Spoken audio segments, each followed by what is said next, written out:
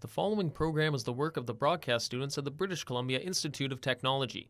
BCIT Magazine features news stories from around the Lower Mainland, which were produced over the last week. Responsibility for the content of the show rests completely with the students and their instructors.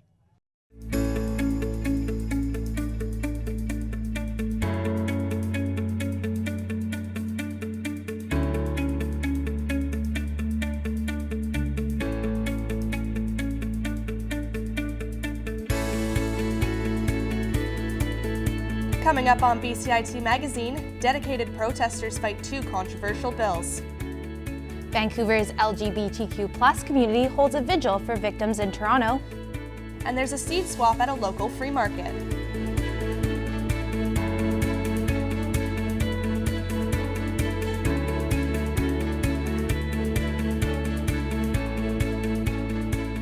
Hello and welcome to BCIT Magazine. I'm Kayla Schultz. And I'm Shelby Meyer. This week we're coming to you from Rogers Studio in downtown Vancouver.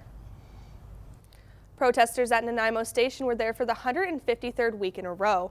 Their target, Bill C-51. Our reporter Jimmy Fabro tells us why they're there. This group has been protesting every week for nearly 3 years. They gather at Nanaimo Station to tell the public about what they think is problematic legislation. For them, Bill C-51 violates basic human rights, and the proposed Bill C-59, designed to fix these problems, doesn't.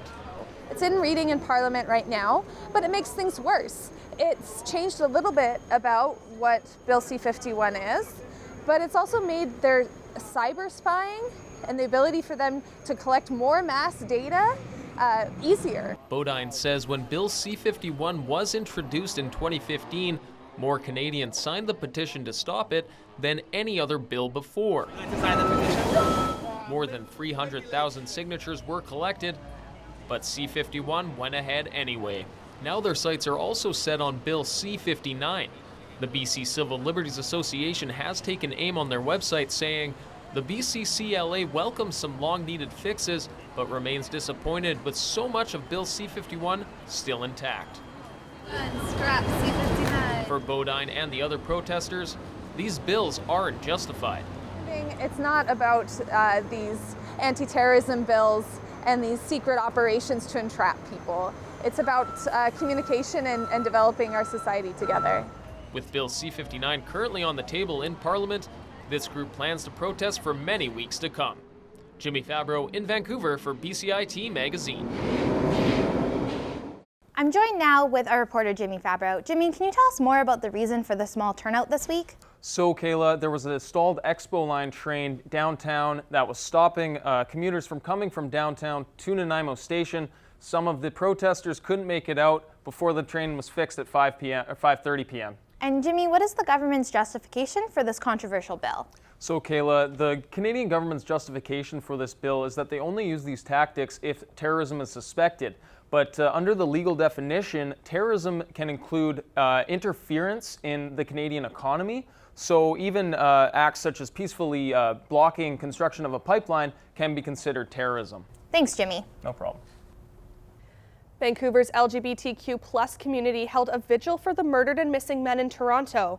Our reporter Aaron Schultz tells us why this hit so close to home for some. Members of Vancouver's LGBTQ+ community gathered in prayer at Jim Deva Plaza to hold a vigil for the 5 gay male victims in Toronto. Alleged serial killer Bruce McArthur was charged with 5 counts of first-degree murder. Vancouver hasn't been immune from hate crimes against LGBTQ+ people. One man was murdered and another was severely beaten within the last year. However, members of the community say they won't let the fear dictate their lives.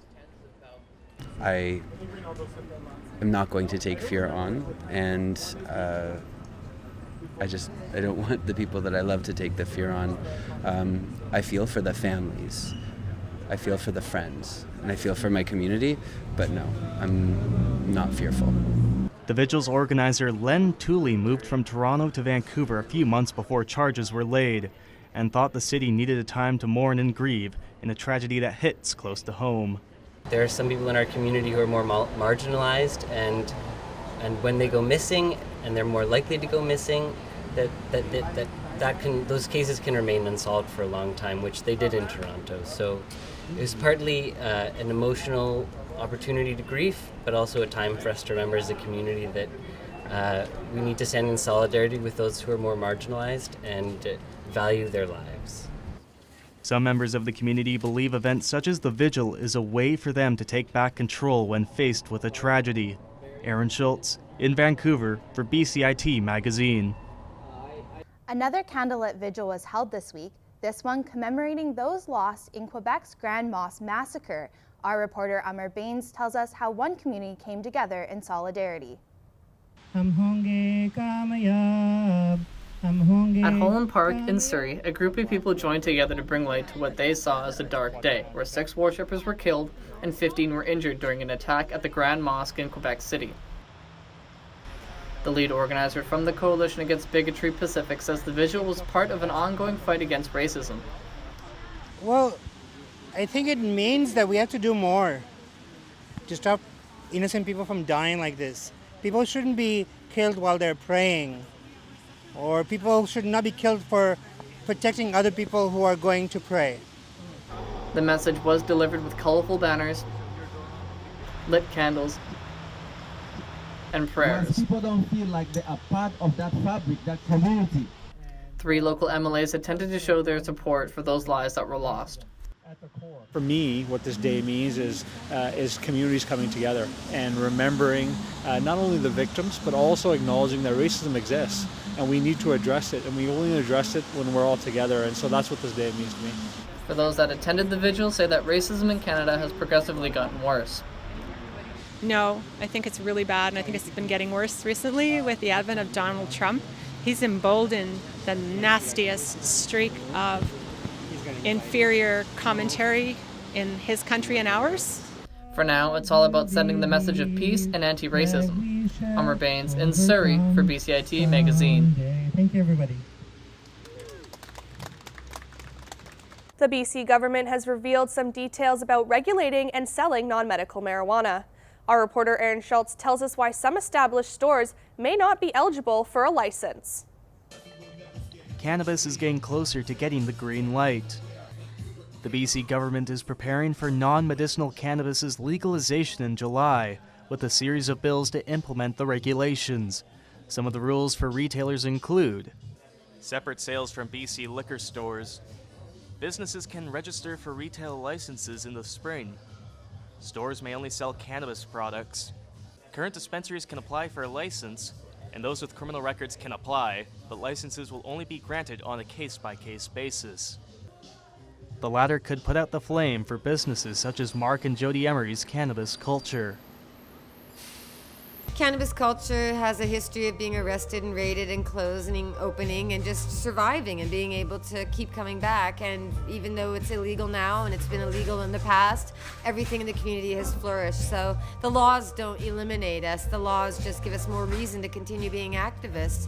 Mark and Jody Emery have both been arrested in marijuana-related cases outside of Cannabis Culture, which could influence whether the BC government gives them a retail license. However, Jody says she's happy the government won't eliminate her and Mark from license contention right off the bat.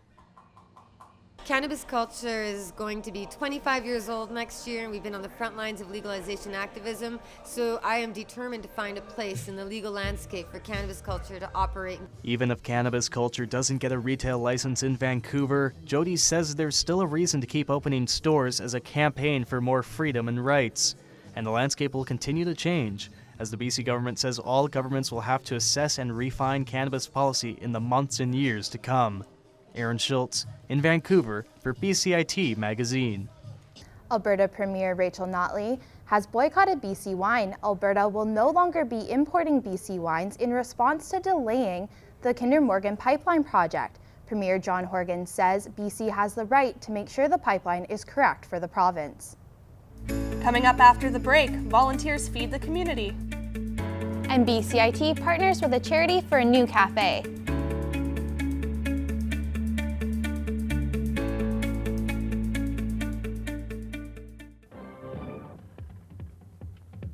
Hi, and welcome to this week's edition of BCIT Magazine. I'm Stephanie Drinnen. And I'm Robin Shantz. Hold up. Journalism's changed a lot in the last 20 years. Welcome to BCIT Magazine. I'm Ashley Burr. And I'm Vanessa Doban. And BCIT's been at the forefront of that evolution. Those are your news updates for Evolution 1079 News. Now it seems like the industry is changing by the minute. So now, more than ever, we're taught how to adapt. The federal government unveiled a new immigration plan that would When I first started at BCIT, there was only one thing that I really wanted to do in journalism, and this program really opened my eyes to all the avenues of employment. And now I feel really confident that I have the skills to get hired. These days, the quickest way to share information is online. Through social media, we can connect with millions of people around the world as soon as a story breaks. BCIT Newsroom. What I like most about BCIT is you can go out there and make mistakes and screw up. And most importantly, you can learn from those mistakes. Most effective vehicle in Fun. Okay. From day one, you're out there chasing down stories. You aren't just sitting in a classroom reading about journalism, you are a journalist. Raise the Rates believes that increasing welfare will overall be less expensive than the collateral of poverty itself. Back to you. Mounties are appealing to the public for information. I look back at the work I was doing even 3 months ago, and it's just amazing to see how far you can come in such a little bit of time. This program really teaches you skills and techniques to learn how to better communicate. Jamie Dodd in Vancouver. In New Westminster. In Burnaby. For BCIT Magazine. That's it for this week's edition of BCIT Magazine.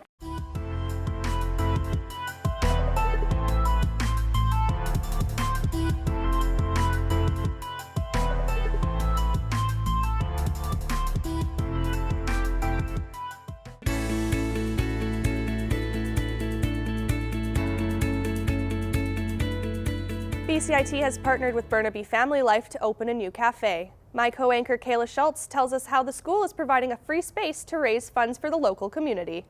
This might look like an average coffee shop, but it's much more than that.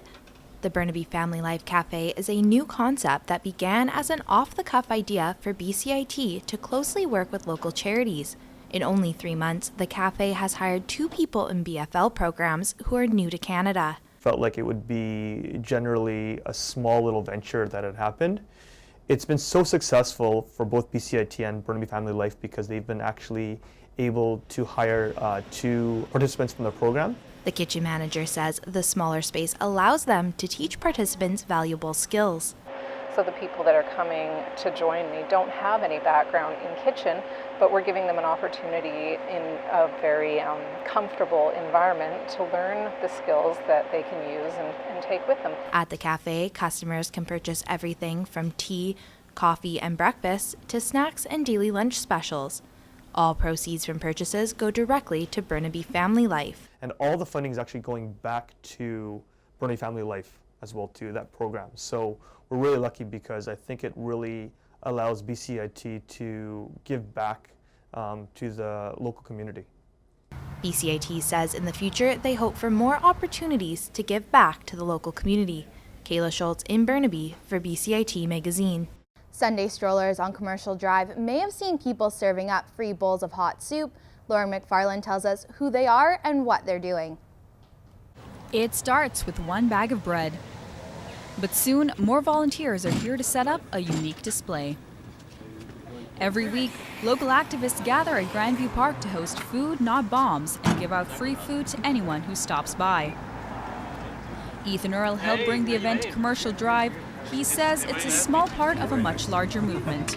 Generally, people in their organization feel that poverty is a form of violence, and that a lot of the food that we eat is not necessarily good for us. So we want to find the food that is good for us that would otherwise gone to waste, and then prepare it and feed it to the masses for free. Just completely bypassing the need for money to spend on this food. For the past month, the group has been setting up every Sunday to serve food, and they've had no problem with supply. The farmers at the farmers market who have been giving us food the last couple of weeks have been more than generous. Tubs and tubs full of stuff. And everyone who's getting fed enjoys the food. The group hopes more members of the community will spread the word, and so far they've had a very positive response. There are not too many people who are confused by what we're doing, which is nice, and people really join in, people from all walks of life, which is really cool. The volunteers say whether you're high income, low income, or no income, everyone is welcome. And they even take a moment to do the dishes. Lauren McFarland in Vancouver for BCIT Magazine. So now we're joined by our reporter, Lauren McFarland. So Lauren, you said that Food Not Bombs is part of a bigger movement. Can you tell me a little bit more about what else the organization does? Right, Shelby. So Food Not Bombs has chapters in countries all over the world, and some of them host what they call really free markets to provide other necessities of life to people who need them. Some of them have Bike Not Bomb stations where they fix bikes, and especially in the US, a lot of them are present at different sites of protest. That's super cool. What else is our Vancouver chapter up to? Well, the Vancouver guys just want to continue building those connections in the community, especially with local farmers markets who give them the supply they need. More than anything, they want to promote themselves so that the people who really need their services know where to find them. Thanks, Lauren. The New Westminster Free Market hosted a unique event this week for the upcoming spring season. Jimmy Fabro tells us more on how these volunteers are sprouting up awareness for their cause. The New Westminster Free Market hosted a seed swap last weekend. Non-GMO seeds were provided free of charge to all who attended the event on February 3rd. Free Market volunteers say the swap is a great way to help people get an early start on their spring gardening. And it is that time of year to start, thinking of what you're going to plant, or, maybe start getting some seedlings ready, or, depending on where you are, getting it in ground. And we want to encourage people to grow their own food. To grow plants that are good for pollinators like hummingbirds and bees. The Free Market gets its goods from volunteers and provides them free of charge to those in need. Clothing, mittens, and bread are all provided with no price tag. One volunteer trades what he grows for what he needs. I myself, I like to grow mass crop one thing and then have my neighbor mass crop something else, and then we trade. Those who can't earn enough to pay for life's necessities on top of rent can go to the Free Market to try and fulfill their needs. Hey, look at this. Look at this one. Organizers hope this swap gave people the chance to grow their own food and save some much-needed cash. Jimmy Fabro in New Westminster for BCIT Magazine. Vancouver has been rated number 77 on the list of most gridlocked cities. A new INRIX global traffic report said that Vancouver averaged 29 hours of waiting in traffic in 2017. After the break, Vancouverites take to the woods to meditate. And the search is on for new police puppy names.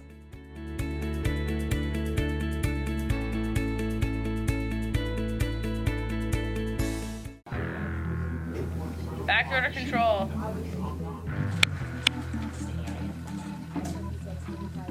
It's a quick 2 years. They get you in and they get you out, but you leave with so much more knowledge than you walked in. The BC Hockey League hosted the third annual BCHL Showcase last weekend. The showcase also allows fans to come. The tools you learn are very valuable. You leave with a comprehensive knowledge of many of the programs that are used in everyday workforces around all the newsrooms in Vancouver.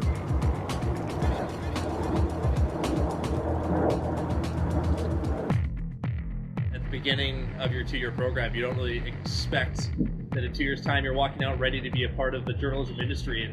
Good morning and welcome to Evolution News. I'm Chantal Pesquitza. I was lucky enough to get a job a week after I graduated. I think that has a lot to do with the teachers and fellow students prepping you for the outside life once you graduate from BCIT. Yeah, if it wasn't for BCIT, I'd be lost. Vancouver rain got you feeling the winter blues?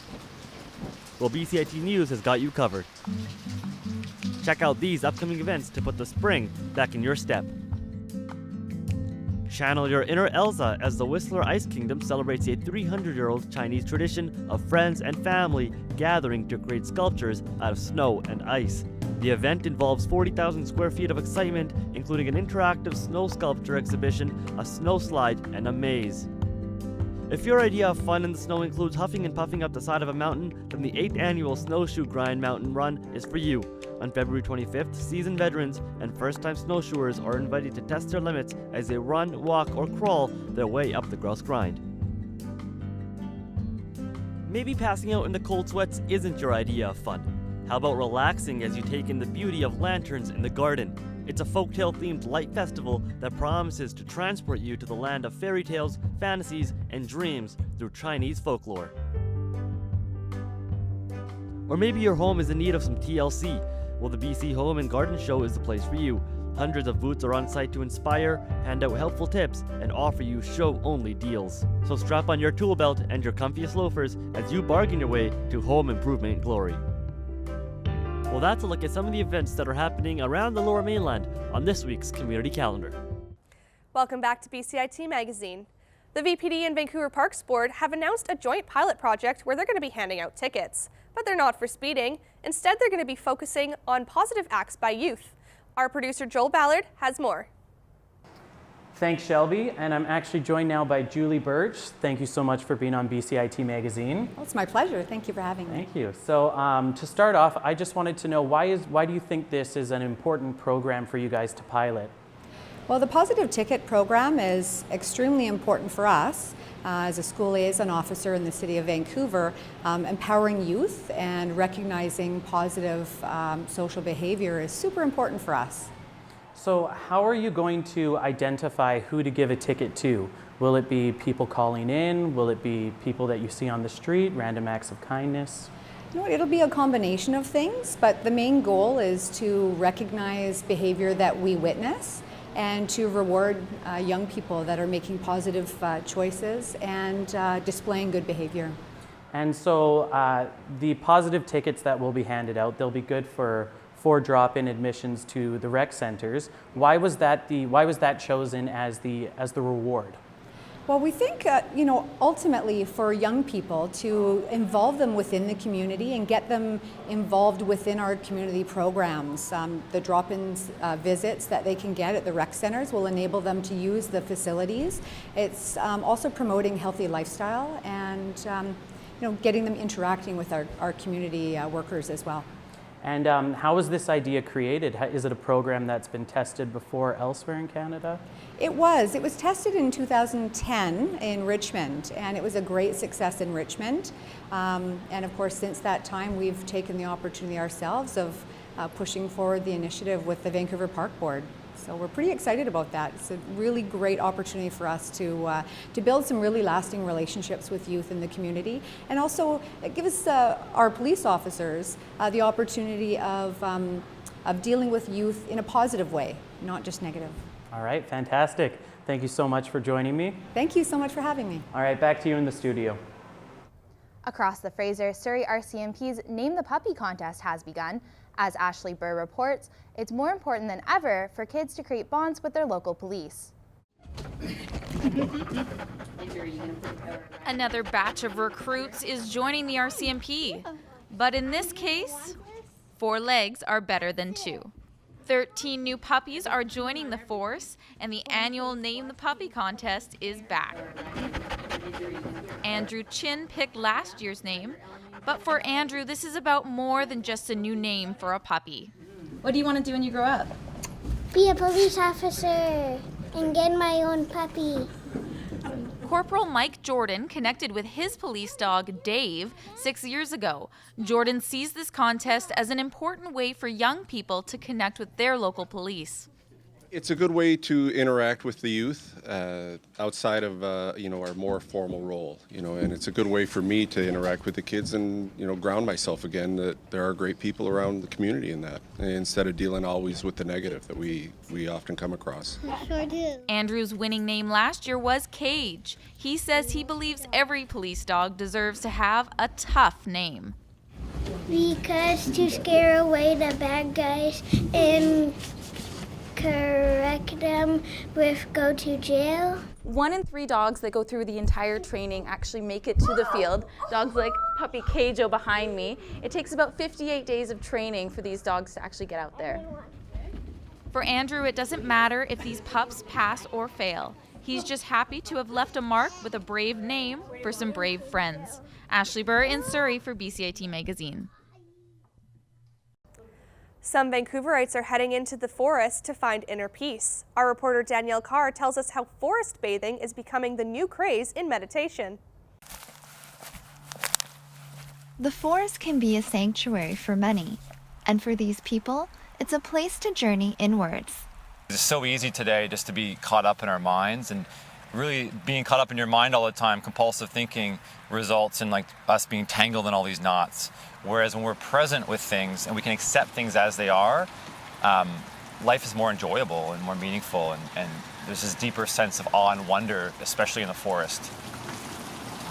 It's called forest meditation, also known as forest bathing.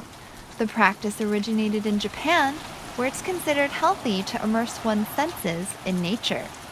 It's pretty rejuvenating. It's like you're getting like a resupply of all this new incoming energy, and then you can just let the bad ones kind of flow out of you.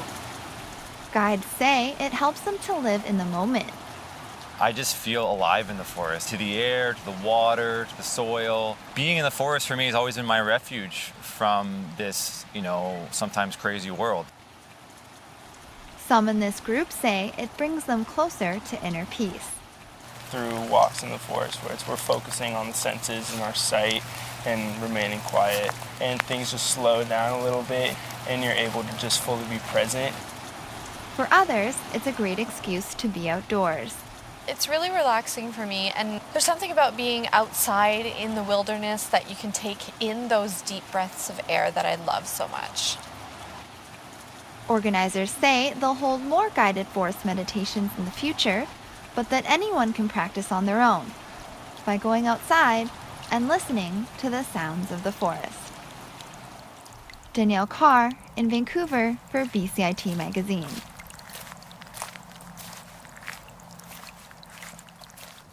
And ending with some sports, Vancouver Canucks goaltender Anders Nilsson has been named Hetero of the Year by the QX Gay Gala in Sweden.